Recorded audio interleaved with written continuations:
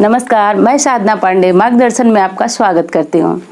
दोस्तों, आज मैं बात करूंगी नवरात्रि पूजा विधि के बारे में कि नवरात्रि की पूजा हमें किस प्रकार करनी चाहिए। तो देखिए, माँ दुर्गा के जो लोग भक्त हैं वो हर समय ही नवरात्रि की तरह माता की भक्ति करते हैं, पूजा करते हैं और उनकी पूजा में काफ़ी तल्लीन रहते हैं।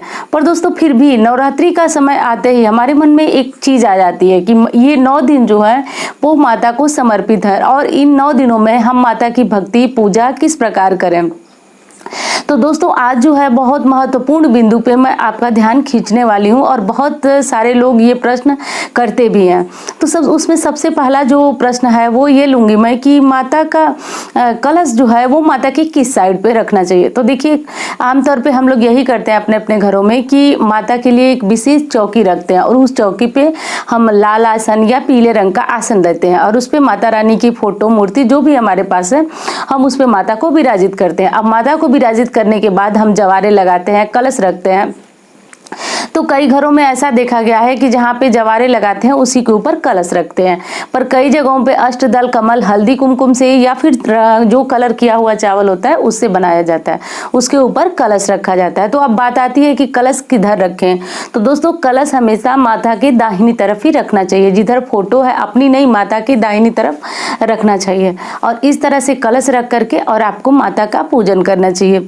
और पूजन में जैसा कि आप सभी जानते हैं कि पूजन में सबसे पहले जो है वह गणेश जी और गौरी जी की पूजा होती है, उसके बाद कलश की और उसके बाद फिर माता की पूजा होती है। और दोस्तों देखिए, कलश गौरी और गणेश बनाने की विधि वही है जो हम लोग हर पूजा पाठ में करते हैं। हर पूजा में आपको बताया जाता है कि कलश रखिए, गौरी गणेश की स्थापना कीजिए, उनको आह्वान कीजिए और फिर पूजा की समाप्ति के बाद विसर्जन करने का भी ढंग आपको बताया गया है। और इस नवरात्रि में भी मैं आपको बताऊंगी, क्योंकि आप लोग जो सवाल है वो पूछ रहे हैं कि नारियल को क्या करना चाहिए। तो आप लोग बिल्कुल भी, अगर ये वीडियो देख रहे हैं तो बिल्कुल भी परेशान ना हो। आप लोग के छोटे से छोटे प्रश्नों का जवाब आपको या तो वीडियो के माध्यम से मिलेगा या तो आप लोगों को खुद ही चला जाएगा, उसका आंसर मैं दूंगी। तो दोस्तों, हाँ, मैं बात कर रही थी कि देखिए, कलश रखने के बाद आपको माता की पूजा करनी है। अब सबसे बड़ी बात ये हो जाती है कि सब लोग अपने अपने तरीके से पूजा करते हैं। देखिए, कोई सप्तशती पढ़ता है, सप्तशती का मतलब होता है कि 9 दिनों में माता की सप्तशती की पूजा बहुत ज्यादा घरों में होती है।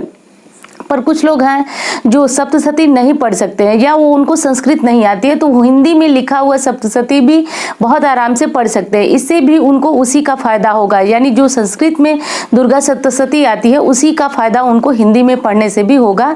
तो इस बात में कहीं किसी प्रकार का संशय नहीं है कि अगर आप हिंदी में पढ़ेंगे तो आपको उसका लाभ नहीं मिलेगा। तो आप अगर हिंदी में पढ़ना चाहें तो उसमें भी पढ़ सकते हैं। और अगली बात है कि आप बहुत सारे लोग हैं, बहुत सारे ऐसे परिवार हैं जिसमें माता का कलश भी रखा जाता है, बहुत विधिवत उनका पूजन पाठ भी सब कुछ होता है, लेकिन उस घर में सप्तशती नहीं पढ़ा जाता है। तो इसमें ऐसी कोई बात नहीं है कि उस घर में माता जो है प्रसन्न नहीं होती है।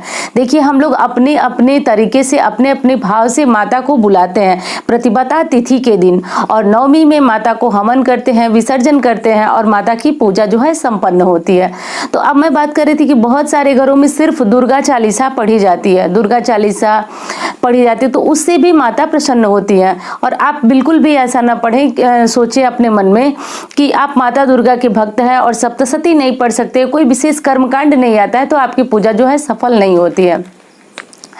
तो देखिए, मैं बताऊंगी बिल्कुल साधारण विधि कि किस प्रकार कितनी पूजा, अगर दुर्गा सप्तशती पढ़ते हैं तो आपको संपूर्ण नियम पता होगा, उसके बारे में मैं बात नहीं कर रही हूँ, मैं उसके बारे में बात कर रही हूँ जिसको जो कि सामान्य जन सामान्य करता है। तो देखिए, उसके लिए करना ये होता है आपको कि सबसे पहले आपको स्नान करना है। तो स्नान के बाद प्रथम दिन का कलश स्थापना वगैरह का वीडियो अगर आपने देखा हो तो अच्छी बात है, क्योंकि अगर इस वीडियो में मैं ये चीज़ें लूँगी तो शायद वीडियो बहुत ज़्यादा लंबी हो जाए। तो देखिए, सबसे पहले कलश स्थापना के स्नान के बाद सूर्य भगवान को जल चढ़ाइए। सूर्य भगवान को जल चढ़ाने के बाद आप अपने मंदिर में जाइए और जैसे साफ सफाई आप कर सकते हैं, जितनी करते हैं प्रतिदिन उतनी साफ सफाई कीजिए। और देखिए, जो कलश रखा हुआ होता है मंदिर में वो बिल्कुल हिलना नहीं चाहिए, आपको इस बात का ध्यान रखना है। कलश को बिल्कुल हिलाना नहीं चाहिए, कलश विसर्जन के समय ही हिलता है। बीच में कलश को नहीं हिलाना चाहिए। तो अब आपको क्या करना है कि आप धीरे से वहाँ पे जाइए, माता की जितनी भी आप इत्र चढ़ाइए माता को और उनको स्नान करें। सबसे पहले तो आपको माता को स्नान, गौरी गणेश जी की पूजन विधिवत आपको करना है, फिर माता को स्नान कराइए। स्नान के बाद जो फूल है, इत्र है, सब कुछ माता को चढ़ाइए। और उसके बाद अगर आप विवाहिता हैं तो आप माता को सिंदूर जरूर चढ़ाइए। इन 9 दिनों में अगर आप चाहती हैं कि अखंड सौभाग्यवती हो आप और आपके सुहाग से मतलब पति के साथ अनबन है, किसी प्रकार की कोई परेशानी है, तो सिंदूर जरूर चढ़ाइए। सिंदूर चढ़ाते हुए माता से ये प्रार्थना कीजिए, ये मंत्र बोलिए कि ओम देहि में आरोग्यम सौभाग्यम, देहि में परम सुखम, रूपम देहि जयम, देहि यशो, देहि दिशो जय। इससे अगर 9 दिनों आप ये मंत्र जपते हुए माता को सिंदूर अर्पित करती हैं तो निश्चित रूप से अगर आपके गृहस्थ जीवन में किसी प्रकार की पति के साथ अनबन चल रही है, कोई कलह चल रही है, तो माता उसको पूरी तरह से समाप्त कर देती हैं। तो इस बात को आप ध्यान रखें और सिंदूर माता को जरूर चढ़ाएं। और अगर आप कुंवारी हैं, ये पूजा पाठ करें, तो माता को रोली, जो पूजा में रोली आती है, आप उससे माता को तिलक करें। अब ये हो गई विधि कि आपको गौरी गणेश की पूजा, सूर्य नारायण को जल देने के बाद आपको गौरी गणेश की पूजा करना, फिर माता की पूजा करना, फिर आपने मंदिर में जितने समस्त देवी देवता हैं उनकी पूजा भी आपको अवश्य करनी है। अब ये पूजा पाठ संपूर्ण होने के बाद आपको बीच में ही भोग लगाना होगा। जैसा कि हर वीडियो में हर किसी को पता है ये बात, तो देखिए भोग लगाना है तो भोग हम अपनी श्रद्धा के अनुसार लगाते हैं। प्रतिदिन 9 दिन अगर आप अपने घर में रसोई में कुछ भोजन बना करके माता को शुद्ध भोजन लगाएं तो बहुत अच्छी बात है, लेकिन ये हो नहीं पाता है। 9 दिनों तक हम माता को भोग लगा नहीं पाते हैं घर का बना हुआ अनाज, तो आप पंचमेवा का भोग लगा सकते हैं, गुड़ कुछ भी लगा सकते हैं आप। और भोजन के अंत मतलब माता को भोजन जो भोग लगाते हैं उसके अंत में लौंग इलायची माता को जरूर दें। इस चीज़ों से माता 9 दिनों अगर लौंग और इलायची माता को भोजन के बाद यानी भोग लगाने के बाद अर्पित करते हैं तो निश्चित रूप से हमारी जो भी इच्छा होती है, जो भी हमारी मनोकामना होती है, उससे माता रानी बहुत जल्दी सुनती है। क्योंकि ये चीज़ें लौंग और इलायची ये माता को बहुत ज़्यादा प्रिय होती हैं। दोस्तों आपने बहुत जगहों पे सुना होगा और ऐसा शास्त्र बताते हैं कि इत्र माता को अर्पित करना, लौंग और इलायची अर्पित करना, इससे माता बहुत ज़्यादा प्रसन्न होती हैं। और अगले जो प्रतिपदा के दिन आप कलश रखते हैं तो उस समय ये भी ध्यान रखिए आपकी माता का वस्त्र जरूर बदलिए। यानी देखिए आपके घर में फोटो होंगी तो उस पर आपने जरूर एक चुन्नी माता के लिए जो आती है उसको चढ़ाए होंगे, तो आप नवरात्रि में जरूर ये चुन्नी बदलिए और प्रतिपदा के दिन। और मुझे पता है कि बहुत मतलब लगभग लोग बदलते होंगे, लेकिन ये बात मैं उनके लिए बता रही हूँ जो शायद नहीं जानते हैं। तो प्रतिपदा के दिन आप जरूर, क्योंकि इस 9 दिनों के नवरात्र में माता का विधिवत जो है श्रृंगार होता है। और दोस्तों ये करने के बाद, आप भोग लगाने के बाद आप कम से कम एक पूरे नवरात्रि में एक माला माता के बीज मंत्र का जप जरूर कीजिए। माता का बीज मंत्र ऐसा है जो बहुत ज़्यादा चमत्कारिक है और ये चमत्कार ऐसा होता है दोस्तों कि ये नवरात्रि में ही आपको दिखने लगता है। माता का बीज मंत्र जो है उसमें बहुत सारी शक्तियाँ समाहित होती हैं जो जप करने वाला एक साधक ही जानता है। तो जैसा कि बीज मंत्र आप सभी जानते हैं, ओम ऐं ह्रीं क्लीं चामुंडाय विचे, तो ये चीज़ें आप जरूर, ये मंत्र आप जरूर जपें। और ये मंत्र देखिए अगर आपको 10, 5, 10, 11 या फिर 21 इस तरह से जपना है तो आप माला को इस्तेमाल ना करें, आप अपने हाथ की उंगलियों पे जप सकते हैं। और अगर आपको माला उठाना है तो कम से कम 108 जप जरूर करना है। माला का यही नियम है, 108 करने के बाद ही आप माला को रखेंगे। माला को बीच से मतलब वो जप आपका खंडित माना जाता है। अगर आपने माला उठाकर 10, 20, 11, 21 इस तरह के जप किए तो वो खंडित जप माना जाता है। तो कभी भी माला उठाइए तो आप कम से कम 108 जप जरूर कीजिए। तो इतना जप माता के बीज मंत्र का आपको जरूर करना है। और दोस्तों उसके बाद आपको आरती करनी है। तो आरती में देखिए एक आरती ऐसी है जो आप 9 दिन कर सकते हैं, वो आरती है ओम जय अम्बे गौरी मैया जय श्यामा गौरी। ये आरती आप जरूर कर सकते हैं। अब दोस्तों देखिए बहुत प्रकार की माता की आरती आती है। बहुत लोग जो है 2 आरती गाते हैं, बहुत लोग 3 आरती गाते हैं, तो जैसा आपके पास समय है। लेकिन ये जो मैंने अभी बताया कि ओम जय अम्बे गौरी, तो ये जो छोटी दुर्गा चालीसा की पुस्तक आती है उसमें भी आपको मैं मतलब जितनी सारी पुस्तक आती है उसमें ये आरती आपको निश्चित रूप से मिल ही जाएगी। तो आप ये आरती जरूर कीजिए। उसके बाद आप कोई भी आरती माता की पढ़ सकती हैं, बहुत अच्छी होती है सभी आरती। लेकिन ये जो गौरी माता की आरती है वो 9 दिन पढ़ी जाती है, ये काफ़ी शुभ मानी जाती है। तो ये आरती आप अवश्य करें। अब बात करते हैं अखंड ज्योत की। देखिए अखंड ज्योत हम सभी अपने घरों में नहीं जला सकते हैं, क्योंकि अखंड ज्योत का एक नियम होता है। तो अगर आप अखंड ज्योत की रख रखाव का ध्यान रखते हैं, संपूर्ण तरीके से आप ये जानते हैं कि अखंड ज्योति में देखिए क्या नियम है, शास्त्र हमारे यही बताते हैं कि अखंड ज्योति जहाँ पे जले तो हमको वहीं पे नीचे भूमि शयन करना चाहिए। जो साधक होते हैं उनको भूमि शयन करना चाहिए, पर ये चीज़ें अब पॉसिबल नहीं है, हम नहीं कर सकते हैं, नीचे नीचे नहीं सो सकते हैं, तो हम बिस्तर पे सोते हैं। तो कम से कम कोशिश यही करें कि जहाँ पे अखंड ज्योति है वहीं पे हम शयन करें और समय समय से जग करके और अखंड ज्योत का ध्यान रखते रहें।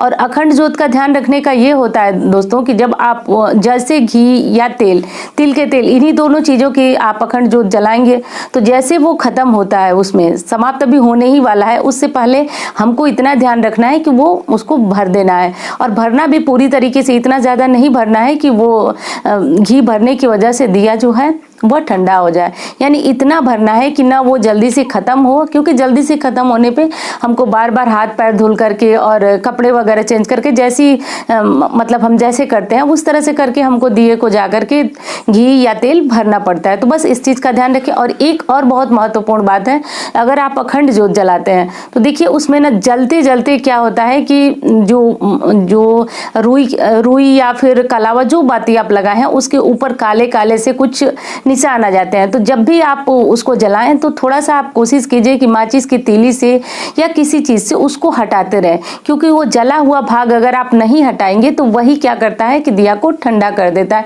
कुछ टाइम बाद वो तेल जो है वह सोख नहीं पाता है और वो ठंडा हो जाता है। इससे हमारे मन में एक निराशा आती है कि हमारी जलाई हुई अखंड ज्योत जो है बुझनी नहीं चाहिए, और वो कैसे बुझ गई। तो दोस्तों इस सारे विचार को, मतलब नकारात्मक विचारों को हटा दीजिए और ऐसा बिल्कुल मत सोचिए कि अखंड ज्योत बुझने का मतलब गलत ही होता है। ऐसा बिल्कुल नहीं होता है। आप फिर से हाथ पैर धोएं और फिर अपने दीपक को फिर से प्रज्वलित करें। और आप ऐसा सोचिए कि कोई हो सकता है कि कोई ऐसी परेशानी हो जो आपके ऊपर आने वाली हो और इसी दिए के माध्यम से ही कट गई हो। तो ऐसा सोचना चाहिए, हमें हमेशा ही सकारात्मक सोचना चाहिए, क्योंकि सकारात्मक सोच का असर भी सकारात्मक होता है। अब दोस्तों बात कर लेते हैं कि देखिए ये पूजा पाठ और विधि नियम तो मैंने बताया, तो वो सभी लोग करते हैं, लेकिन उनके लिए काफ़ी परेशानी हो जाती है जिनको सुबह सुबह अपने काम पे जाना होता है, ऑफिस ड्यूटी जहाँ भी जाना हो, तो वो लोग या फिर जो कामकाजी गृहिणियाँ हैं। देखिए अभी तो स्कूल नहीं खुले हैं, लेकिन कहीं कहीं पे ऐसा बताया जा रहा है कि 15 तारीख से, यानी नवरात्रि के समय ही 1-2 दिन पहले से ही स्कूल खुलने वाले हैं। तो ऐसे में बच्चों के लिए टिफिन बनाना या बहुत ज़्यादा व्यस्तता है, तो फिर सुबह में पूजा जो नियम था उतना सारा कुछ कर पाना बहुत मुश्किल हो जा रहा है। तो उसमें क्या करना चाहिए आपको? तो देखिए स्नान के बाद सबसे महत्वपूर्ण होता है कि आप सूर्य नारायण को जल चढ़ाएं। जल चढ़ाने के बाद जो मैंने बताया कि गौरी गणेश की पूजा कीजिए, तो पूजा में आपको भोग जरूर लगाना है और माता को आप भोग लगाइए। भोग लगाने के बाद सिंदूर लगाइए। सिंदूर लगाने के बाद आप जो है, आप चाहें तो सिर्फ कपूर दिखा करके माता रानी को भोग लगा के, कपूर दिखा के, हाथ जोड़ करके और माता से क्षमा प्रार्थना करके और आप अपना काम कर लें। और संध्या समय आप फुर्सत से समय निकालें। उसके बाद जो दुर्गा चालीसा पढ़ती हैं, सप्तशती पढ़ती हैं, जो बीज मंत्र का जप करती हैं या किसी और अन्य मंत्र का जप करती हैं वो करें और विधिवत पूरे परिवार के साथ आप आरती गाएं। इस तरह से जो है आपकी पूजा पूर्ण हो जाती है। तो कभी भी ऐसा नहीं होता है कि सुबह में अगर आप किसी जगह पे कहीं आपको जल्दी जाना है और आप पूजा नहीं कर पाते हैं तो इसमें कोई निराशाजनक बात है। आप शाम के समय, क्योंकि देखिए नवरात्रि का हर समय बहुत ज़्यादा पवित्र होता है, तो आप सुबह नहीं पूजा कर पाते हैं तो शाम की पूजा आप इस तरह से आराम से कर लीजिए। तो इससे जाकर के आपकी पूजा जो है वह पूर्ण हो जाती है। तो दोस्तों यही कुछ महत्वपूर्ण बातें थी जो कि आपको जानना बहुत ज़रूरी था। और दोस्तों जो हम लोग जवारे लगाते हैं अपने घर में हर नवरात्रि में, तो इन जवारों की पूजा भी सुबह सुबह होनी बहुत आवश्यक है। शाम के समय आप पूजा न करें तो सही है, लेकिन सुबह के समय जैसे आप माता की पूजा करते हैं, धूप दीप दिखाते हैं, भोग लगाते हैं और माता को सिंदूर अर्पित करते हैं, उसी प्रकार आपको जवारों को भी अर्पित करना चाहिए, ये भी ध्यान रखें। और अगली चीज़ है दीपक पूजन भी सुबह सुबह होना बहुत ज़रूरी है। अब अगर आप सुबह नहीं कर पाते हैं तो आप सिर्फ प्रणाम करके चले आइए और संध्या के समय आप दीपक पूजन कीजिए। अब दीपक दीपक पूजन में आपको होता है कि आप जिस या कुश घास से या आम के पल्लों से माता को स्नान कराते हैं, उसी से दीपक को भी स्नान कीजिए और वहां पे धूप दीप फूल जो भी आपके पास है वो माता को अर्पित, दीपक को भी अर्पित कीजिए। क्योंकि दोस्तों दीपक जो है कर्म साक्षी माना जाता है। कर्म साक्षी का अर्थ है कि जो कर्म हम करते हैं, जप तप यज्ञ हवन पूजा पाठ, उसका साक्षी दीपक होता है। तो दीपक की पूजा होनी भी बहुत जरूरी है। तो दोस्तों वास्तु संबंधी जानकारियों के लिए शुगम मार्गदर्शन पे भी जाइए और वहां देखिए, वहां पे भी आपको वास्तु संबंधी बहुत सारे ज्ञान भरे पड़े हैं।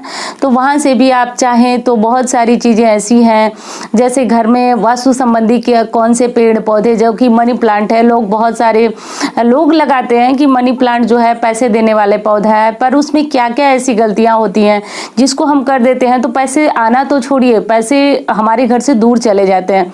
तो बस यही सारी जानकारियां जो है आपको उस चैनल पे मिलेंगी। तो उम्मीद करती हूँ दोस्तों कि ये वीडियो आपको बहुत अच्छी लगेगी और मिलती हूँ इसी तरह की वीडियो के साथ। धन्यवाद।